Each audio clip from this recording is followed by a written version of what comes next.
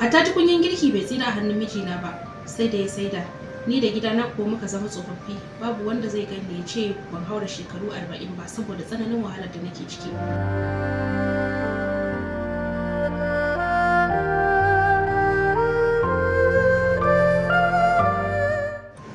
Na haɗu da mijin da na aura ne sanadiyar ƙawata. Mun yi auren soyayya, yana so na ina son shi. Kafin mu yi aure na samu admission a kwalejin ilimi amma ban fara zuwa ba. Sai bayan da muka yi auren sannan na fara zuwa. Daga baya kuma na bar zuwa sanadiyar ya ce baya son kwalejin ilimi, zai sama min gurbin karatu a bangaren jinya wato nursing kenan. Kan cewar ya san principal din, a haka dai muka je muka same ta inda ta yi mana alƙawarin za a samu, kuma hakan muka yi. Ya biya kuɗin fom muka yi komai, amma dai daga baya ban samu gurbin karatun ba. Gashi na riga da na bar kwalejin ilimi kuma ban samu nursing din ba. Zan iya cewa daga wannan lokacin ne matsalata ta fara a gidan aure. Mijin nawa ma'aikaci ne a makarantar sakandare na gwamnati. Shi yake kai musu shinkafa da sauran kayan abinci idan an yi salari sai su biya shi. Wata rana baya nan aka kawo kayan abinci. Akwai wani mutum da ya yarda da shi a makarantar, sunan shi Malam Haladu. Ya wakilta shi akan rabon abincin, ya kuma ɗauka mishi sunayen wanda suka karɓa, kasancewar jarin ba nashi bane shi kaɗai.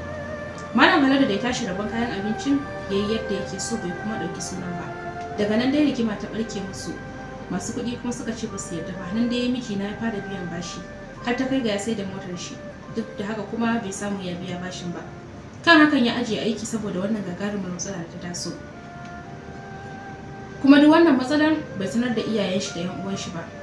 Daga wannan lokacin iyayen shi da yan uwan shi suka fara zargin cewa duk abin da ya samu ne yake yi wa.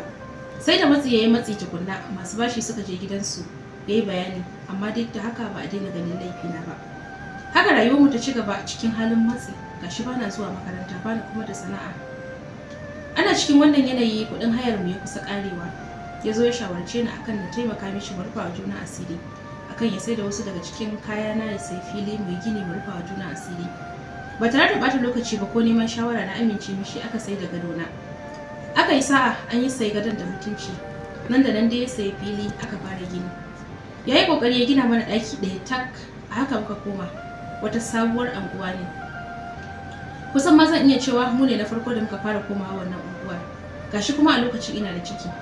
Haka dai na yi rayuwa a wannan kangon har zuwa wani lokaci. Muna cikin hakan ya samu wani kwangila, amma ko bai da kuɗin da zai bayar a bashi kwangila. Na yi magana a gidanmu aka mishi hanya ya samu kwangilar kuma ya samu miliyoyin kuɗi. Ya ƙarasa ginin gidan nashi ya yi sauran damuwar shi. Ni kam dai bai bani ko sisi ba balle wani nawa. Amma duk da hakan bai dame ni ba, kasancewar duk a tunani na rufin asirin mu ne. A haka dai kuɗi suka ƙare muka sake komawa gidan jiya. Idan yana da kuɗi ƴan uwan shi suna yi da shi, idan babu to kashi ya fi shi daraja. A cikin hakan na haihu har yarinya ta fara wayo. Abinci mai kyau babu balle sutura. Wani lokacin ma sai an aiko min daga gidanmu. A duk lokacin da bai da shi zai ɗaga wani abu nawa mai muhimmanci ya sayar. Wani lokacin idan na yi magana sai ya ce min zai samu, zai mayar min. Hatta tukunyan girki bai tsira a hannun mijina ba, sai da ya saida. Ni da gidana ko muka zama tsofaffi, babu wanda zai gani ya ce ban haura shekaru 40 ba saboda tsananin wahalar da nake ciki. Rayuwa ta ci gaba da juya mana, yau fari gobe tsumma. Na koɗe, na je na kuma fita hayyaci na. Ƴan uwana sun yi tambayar duniyar nan sai na ce musu babu. Da suka yi maganar ramar da nake sai na ce musu mijina ne yake son Salimi, kasancewar baya son kibar da nake da shi. Haka dai na share shekara 4 cikin wannan wahala. A lokacin yarinyar da na haifa ta isa zuwa makaranta, kafin wani cikin ina da shi. Ga wani sabon halin da mijina ya tsira shine tsangwama da kuma duka na. Yana da ya mace wacce komai sai da yawanta yake yi. Ita ma ta sa ni a gaba. Ta ce na zo ina haihuwa ina so in cinye gidan ɗan uwanta. Bayan kuma tsakanin na farkon da na biyun akwai tazarar shekara 4 har da wata 10, kusan shekara 5. A haka dai na lallaba na sake haihuwa, wanda a wannan lokacin ma Allah ya sake bani ya mace. A take kuwa ya saka sunan yar shi. Sai aka samu yarinyar sikila ce. Suka tilasta cewar sai yayi aure saboda wai kudin shi za su kare a gurin jinyar yarinyar. Bayan daman ya furta min zama hakuri yake da ni, kuma ba zai iya jinyar sikila ba, kudin shi zai kare shi ma a cewar shi. Duka ko hanya ce ta hada mu da shi sai ya make ni. Akwai lokacin da sai da ya wata 2 ko sanna baya ce mu. Yara har 2 ga ɗayar ba lafiya, gashi bani da kuɗi. Baya ba mu abinci yadda ya kamata. Wata ran ma naira 100 yake ajiye min a falo ya ficewar shi. Yayar tashi ita ce ta sama mishi wadda zai aura. nan fa wulakanci ya ƙara ƙaruwa. Duka kam ya maida ni kamar jakarsa. Duk wannan abun ban taɓa kai ƙarar shi ba, sai wata rana da ya min dukan da makota ne suka kwace ni. Na kai ƙarar shi gurin waliyin shi, ya ce na yi haƙuri, kowa ma haƙuri yake da rayuwar. Akan wannan ma ya zo ya yi ta zagi da haka dai ya yi auren shi. Tun ana sauran sati ɗaya auren nashi ya tafi, ban sake ganin shi ba sai bayan sati 3. Ya zo ya kwana ɗaya ya tafi, daga nan bai sake zama ba.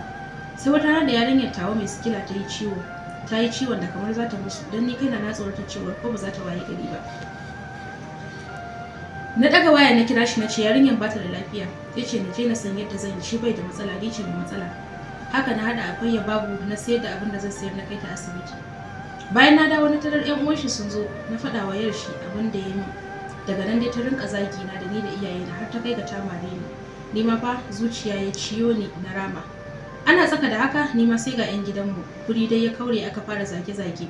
Mijin nawa ya zo amma bai ce komai ba, da ƙyar dai aka samu makota suka raba 'yan gidanmu da 'yan gidansu. Washe gari suka zo akan sun zo sulhu, ni ma 'yan gidanmu suka zo. Amma dai sulhun da bai yi ba kenan, domin kuwa sulhu ya juya ya zama rikici. Akan hakan suka tafi suka ɗauko hukuma. Bayan sakin da ya aiko min ta wayar yayar tashi. Haka na tattara na koma gidanmu, ga yara, ga rashin lafiyar mai sikila, ga rashin makaranta, ga shi ban da sana'a. Kullum ina cikin damuwa da tunanin yadda rayuwata ta kasance da kuma ta 'ya'yana. Kasancewar baya iya ɗaukar nauyinsu, ni nake komai sai kuma abin da 'yan gidanmu suka kalata min. Wannan shine labarin da wata ta turo mana na yadda rayuwar ta kasance tun kafin aure da kuma bayan aure da kuma irin zaman da suka da mijinta. Za mu so ku ba ta shawara domin jin yadda za ta yi da rayuwarta a nan gaba. Sunana Naja'atu.